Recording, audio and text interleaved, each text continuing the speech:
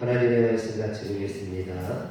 사도행전 14장 1절부터 7절의 말씀을 같이 보겠습니다.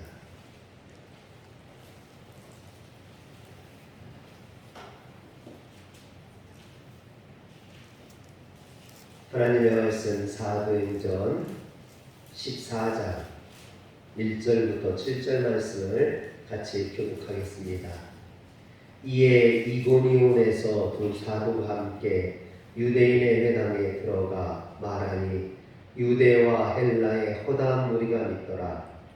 그러나 순종하지 않는 유대인들이 이방인 유대와 함을 선동하여 형제들에게 압박을 주게 하였으며 두 사도가 오래 있어 주를 힘입어 담대히 말하니 주께서 그들의 손으로 표적과 기사를 행하게 하여 주사 자기 은혜의 말씀을 증언하시니 그 시내에 무리가 나뉘어 유대인을 따르는 자도 있고 두 사도를 따르는 자도 있는지라.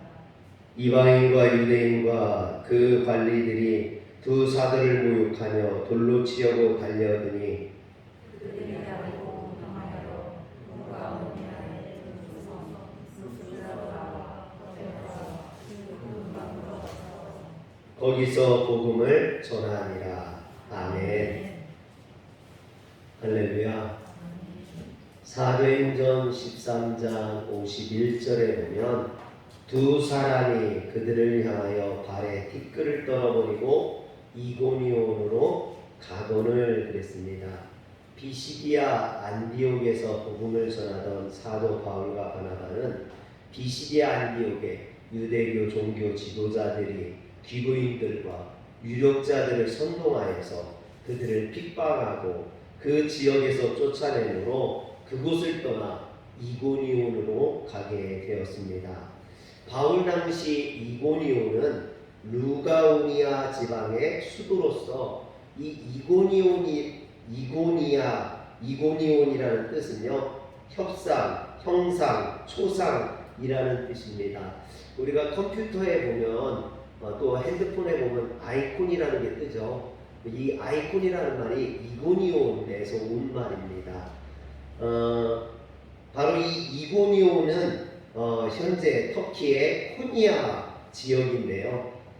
이고니온은 로마의 속주로서 소아시아의 교통의 중심지였고 인구가 약 3만 명에 이르는 대도시였습니다. 그런데 이고니온은 비시디아 안디옥에서 동남쪽으로 약 180km나 떨어져 있어요. 여기 지도에 보면 비시디아 안디옥에서 이고니온까지 그리 멀어 보이지 않지만 사실은 180km나 떨어진 이 비시디아 안디옥에서 이고니온까지 가려면 산을 한 30개는 넘어야 되는 그런 험한 길이었습니다. 물론 로마가 이제 세계를 정복하면서 길을 닦기 시작했죠. 그래서 모든 길은 로마로 통한다고 하는데 이 로마가 길을 닦았지만 이 시골 동네 산속에 있는 산을 30개나 넘어야 되는 곳에 그 옛날에 길을 닦아봐야 얼마나 닦았겠습니까? 그 길이 좋아봐야 얼마나 좋았겠습니까? 아마 이 안디옥에서 비시디아 안디옥에서 쫓겨나서 복음을 전했지만 열매를 맺었지만 누명을 쓰고 억울하게 쫓겨났던 이 바울 일행이 그곳에서 쫓겨나서 산을 30개나 넘어가면서 이 이고니온까지 갈 때 이 바울의 마음이 어땠을까?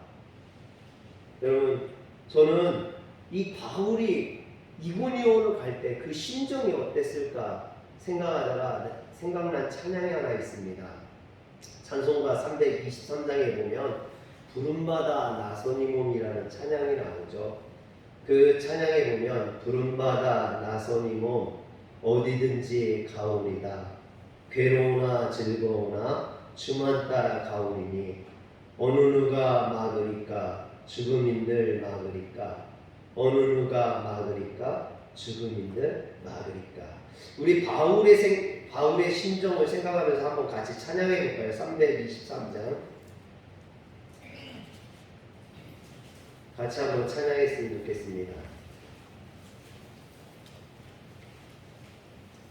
찬송가 323장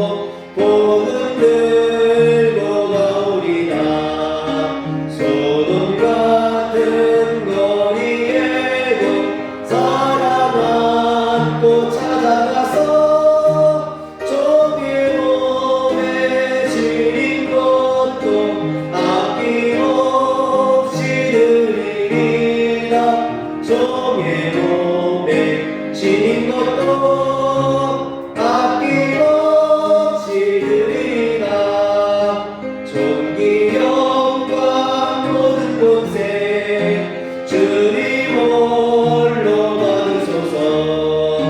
멸시천대 십자가는 제가 지고 가오리다. 이름 없이 빛도 없이 감사하며 섬기리라. 이름 없이 빛도 없이 감사하며 섬기리라. 아멘.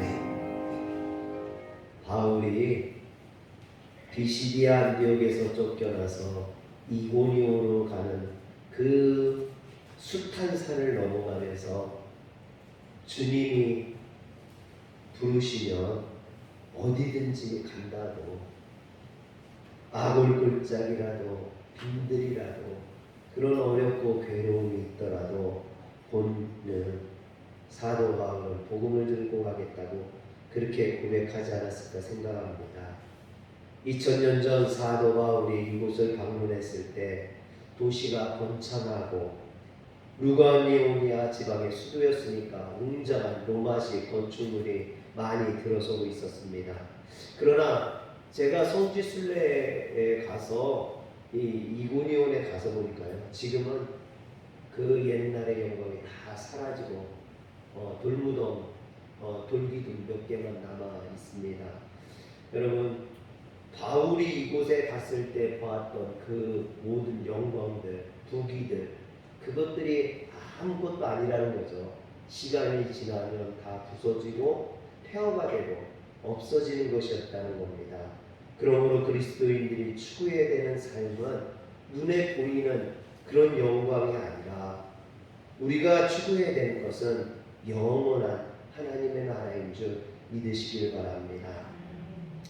그런데 오늘 말씀 1절에 보면 이에 이고니온에서 두 사도가 함께 유대인의 회당에 들어가 말하니 유대와 헬라의 허다한 무리가 믿더라 그랬습니다. 180km를 걸어서 산을 30개나 지나서 이고니온에 들어와서 그들이 처음 간 곳이 유대인 회당, 그곳에서 복음을 전했다라는 거죠.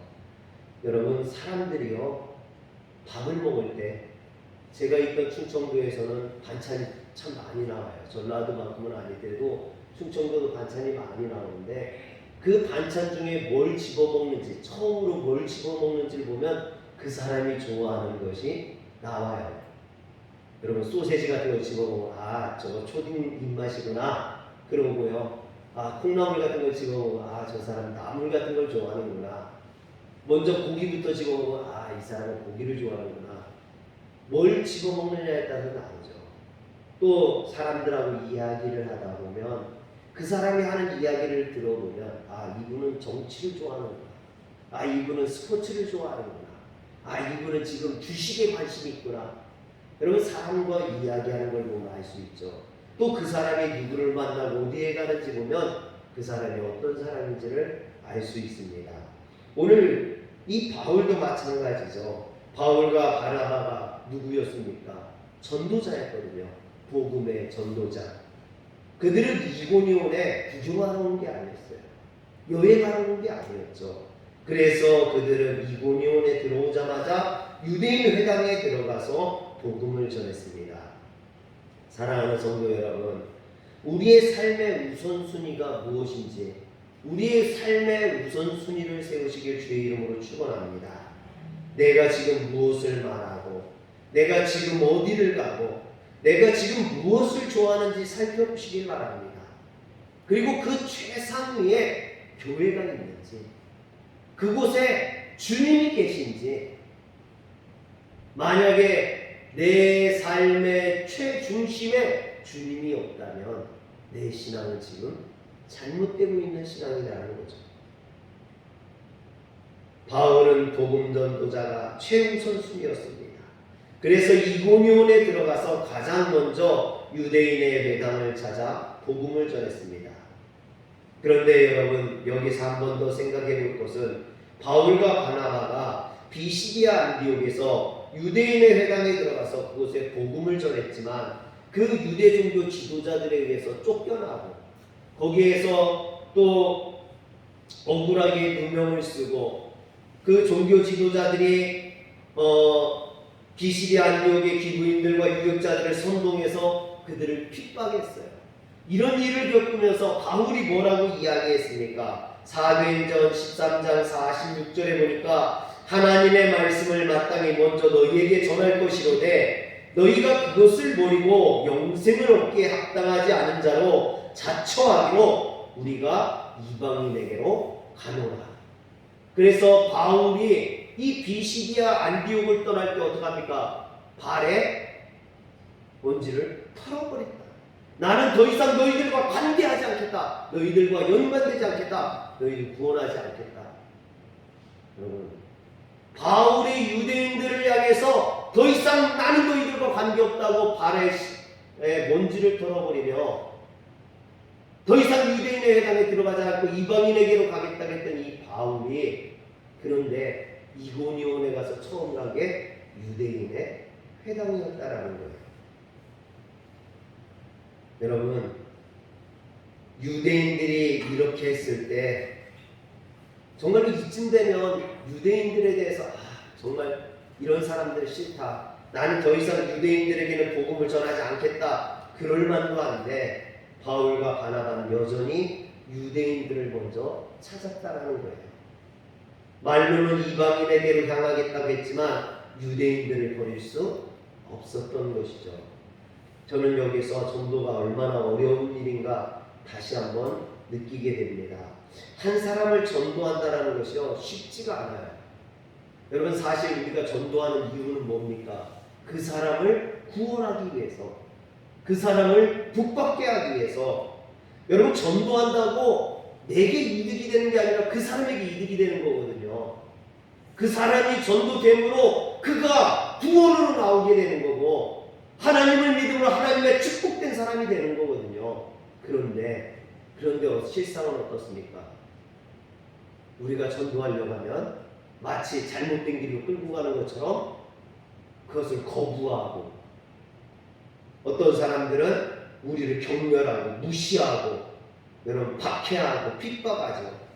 저도 말에 나가서 이렇게 전도하다 보면요 참 험한 꼴을 많이 당합니다. 무시도 많이 당하죠. 우리가 예전에 이렇게 전도지 갖고 나가보면요 저도 받지도 않고 싫어! 그러고 하고 몰아가는 사람들도 있고, 그러다 보면 어떻게 됩니까? 자존심도 상하고 마음도 상하고. 그래도 여기 분들은 양반들이라요 그러지 않아요. 충청도 사람들은요 제가 차 태워주면 고맙다고, 내가 주일날 꼭 교회 가겠다고 그래요. 그리고는 주일날 되면 교회 안 와. 여러분, 그러면 마음속에 어떻게 아유, 여러분 포기하고 싶을 때가 많아요. 아유, 저 영혼을 내가 포기해버려? 내가 저 사람은 전도하지 말까? 여러분, 이런 마음들이 얼마나 듭니까? 그런데 포기하면 안 된다는 거죠. 바울은 유대인들로부터 핍박을 당하고 쫓겨나고 거짓 모함까지 당했지만 그럼에도 그들을 포기하지 않고 그들에게 복음을 전했다라는 겁니다. 그래서 전도하기 위해서는요 사랑의 인내가 필요합니다. 여러분, 복음을 전하는데 받아들이지 않는다고 원수 대하듯 해서는 안 됩니다. 참아내고 인내하면서 평상시와 같이 대할 수 있어야만 합니다. 1절에 보면 함께라고 되어 있어요. 이에 이고니온에서 두 사도가 함께 유대인의 회당에 들어가 그랬는데, 여기에서 함께라는 말이 헬라어로 카타토 아우토라는 말인데 평소와 같이라는 말이에요. 그들은 평소와 같이 유대인의 회당에 들어가서 복음을 전했다라는 거예요. 그렇게 고생을 하고도, 그렇게 억울한 누명을 쓰고도, 죽을 고비를 넘기고도 또 복음을 전하는 유대인 회당에 들어갔다라는 거죠. 그런데 이전에 보면 그러나 순종하지 아니하는 유대인들이 이방인들의 마음을 선동하여 형제들에게 악감을 품게 하거늘 그랬어요. 1절 끝에 보면은 바울과 바나바가 그렇게 들어가서 복음을 전함으로 헬라인이나 유대인이나 복음을 많이 받아들였다라는 거예요. 복음의 열매를 맺었다라는 거죠. 구원의 열매를 맺었다라는 겁니다. 그런데 문제는 2절에 보니까 유대인들이 또다시 방해하기 시작했다라는 거예요. 사도들을 비방하고 악한 감정을 심어주게 되었다라는 겁니다. 그래서 4절에 보니까 그 시내의 무리가 나뉘며 유대인을 따르는 자도 있고 두 사도를 따르는 자도 있는지라 그랬습니다. 복음이 이고니온에 던져짐으로 이고니온에 파장이 일기 시작했다는 거예요. 여러분, 우물에다가 돌을 던지면 우물이 출렁이죠. 출렁이는 것처럼 지금 이고니온에 복음이 던져지니까 이고니온이 출렁이기 시작하는 거예요. 그런데 이 출렁임이 두 가지로 나누어지더라는 겁니다. 한쪽은 바울이 전한 복음을 받아들이는 사람, 믿음의 사람이, 복음의 사람들이 나오고, 한쪽에서는 복음을 받아들이지 아니하고 그것을 거부하고 오히려 바울과 바나바를 핍박하는 이런 사람들이 나오더라는 겁니다. 여러분, 그래서 복음은요, 심판성이 있어요. 복음의 심판성이라고 합니다. 복음은 항상 나누어져요. 복음이 던져지면 그 복음을 받아들이는 자와 받아들이지 않는 자, 구원받는 자와 심판받는 자, 양과 염소, 오른쪽과 왼쪽, 천국과 지옥, 이렇게 나누어지게 된다는 거예요.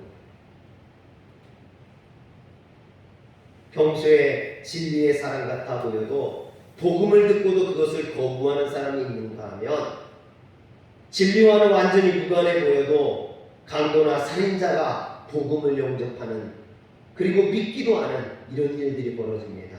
이것은 비시디아 안디옥에서도 마찬가지였죠. 여러분, 사도행전 13장 48절에 보면 이방인들이 듣고 기뻐하여 하나님의 말씀을 찬송하며 영생을 주시기로 작정된 자는 다 믿더라 했습니다.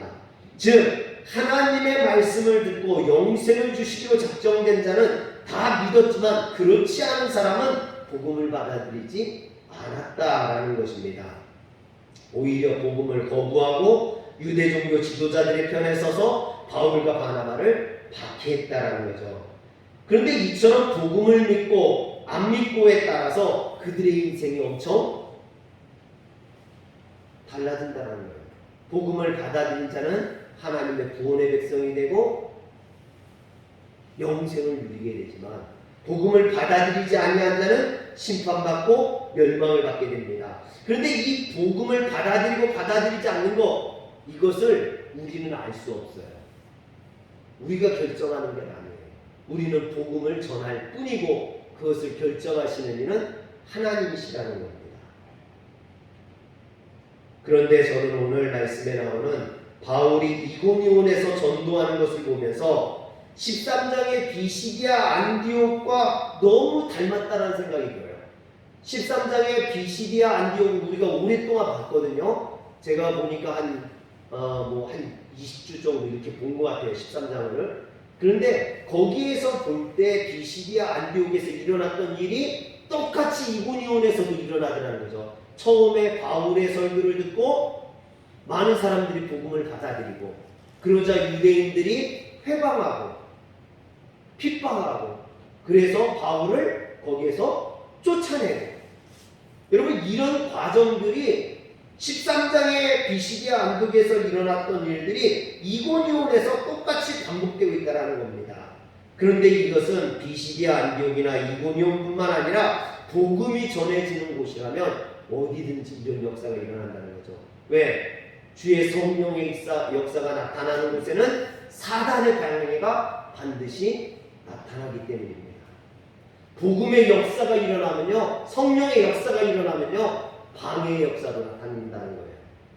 교회가 부흥하려고, 교회가 막 모여서 힘내서 기도하고 부르짖고 간구하면요, 사단의 역사도 있어요.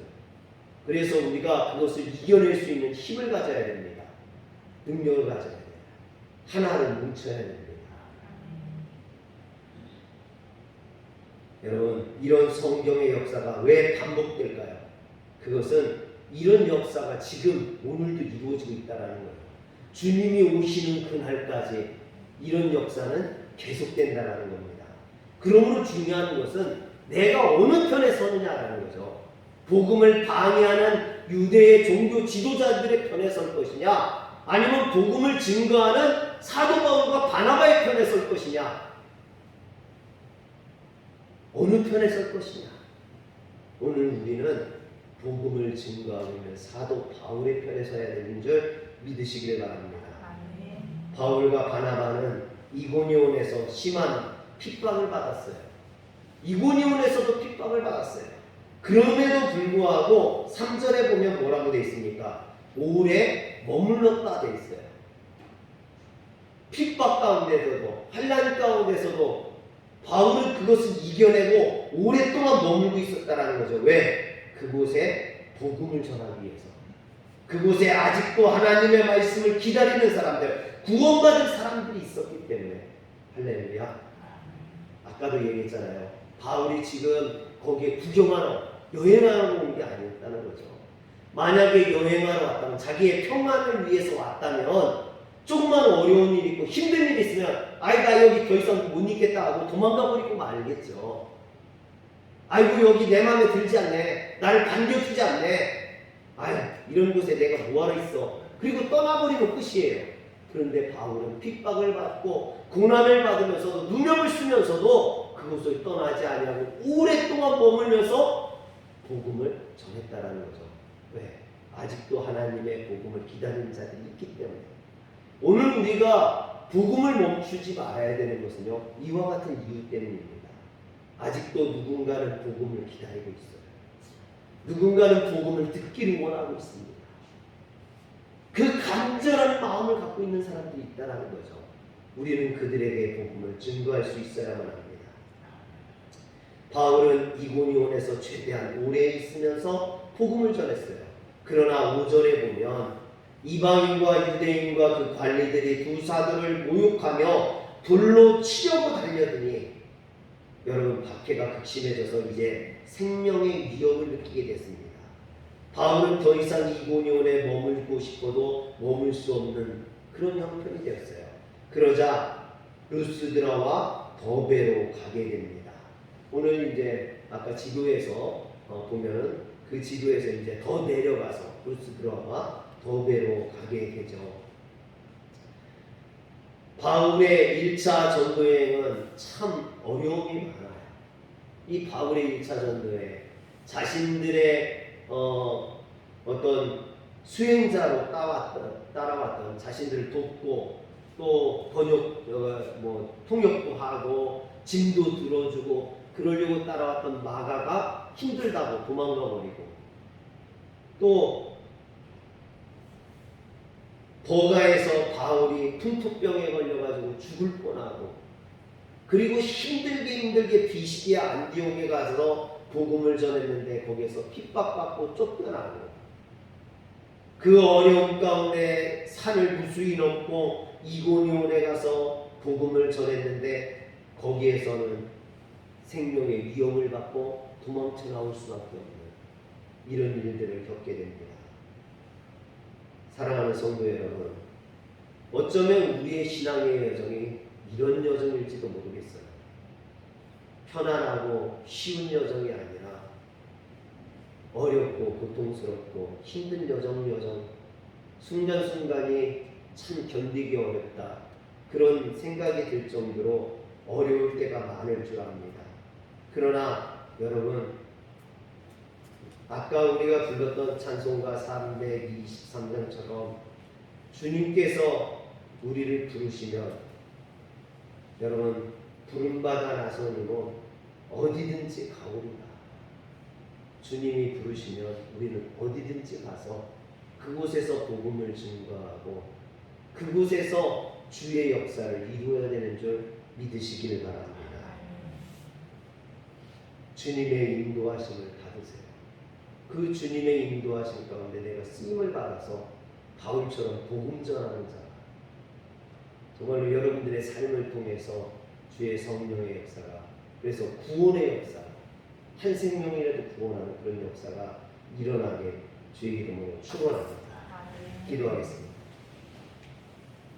전능하신 하나님, 하나님께서 바울을 인도하셔서 비시디아 안디옥에서 이고니온으로, 이고니온에서 루스드라와 더베로 인도하시는 것처럼 그를 필요로 하는 곳에 그를 보내시고 거기에서 복음을 증거케 하신 줄 압니다. 하나님, 오늘도 이 땅에 아직도 많은 영혼들이 복음을 듣기를 원하고 복음을 필요로 하고 있는 줄 압니다. 우리를 그들에게 보내주시사 거기서 그들에게 복음을 증거하게 하여 주시옵소서. 그들의 영혼을 주님 앞에 인도하게 하시고 그들이 구원받을 수 있도록 하나님의 손에 붙들리는 하나님의 백성 될 수 있도록 주님 도와주시옵소서. 우리가 이 일을 함에 있어서 실망하지 않게 하시고 낭망하지 않게 하시고 포기하지 않게 하여 주시옵소서. 어려움이 있더라도 힘든 일이 있더라 할지라도 우리가 그것을 견디게 하시고 오로지 주님의 쓰임받는 주님의 복음의 전도자들의 사명을 다 감당하게 하여 주시옵소서. 우리 주 예수님의 이름으로 기도합니다.